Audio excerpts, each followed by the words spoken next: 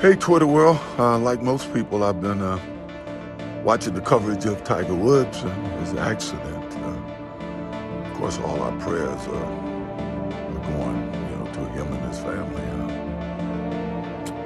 Sunday, watching the Genesis Open and watching Tiger be interviewed, my daughter was in the kitchen and she said, "Dad, Tiger doesn't look good." I said, "Well, he may be on some medication because he just had another back surgery." I at one point had a little sciatic problem. Trust me, I was living on pain medication. There's nothing fun about it. And with the many back surgeries he had, I just assumed he was on some medication. I don't know what that has to do with this. I do know this.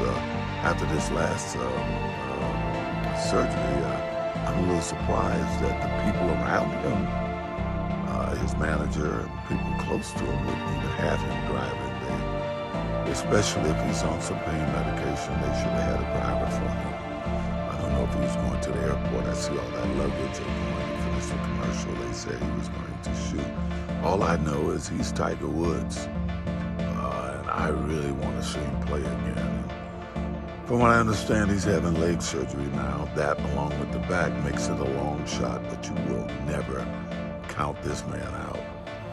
In any event, prayers are with you, Tiger. Take care.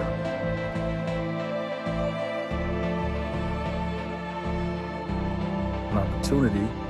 I say the GOAT. He's not comfortable with it, but that opportunity to come out here with this guy right here, man.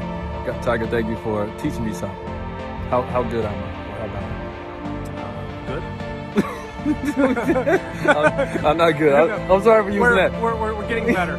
We're getting better. We're getting better. So, everybody, be on the lookout. I got some lessons today from what I think is the GOAT, but Tiger Woods. Thank you, brother. Appreciate it. He said.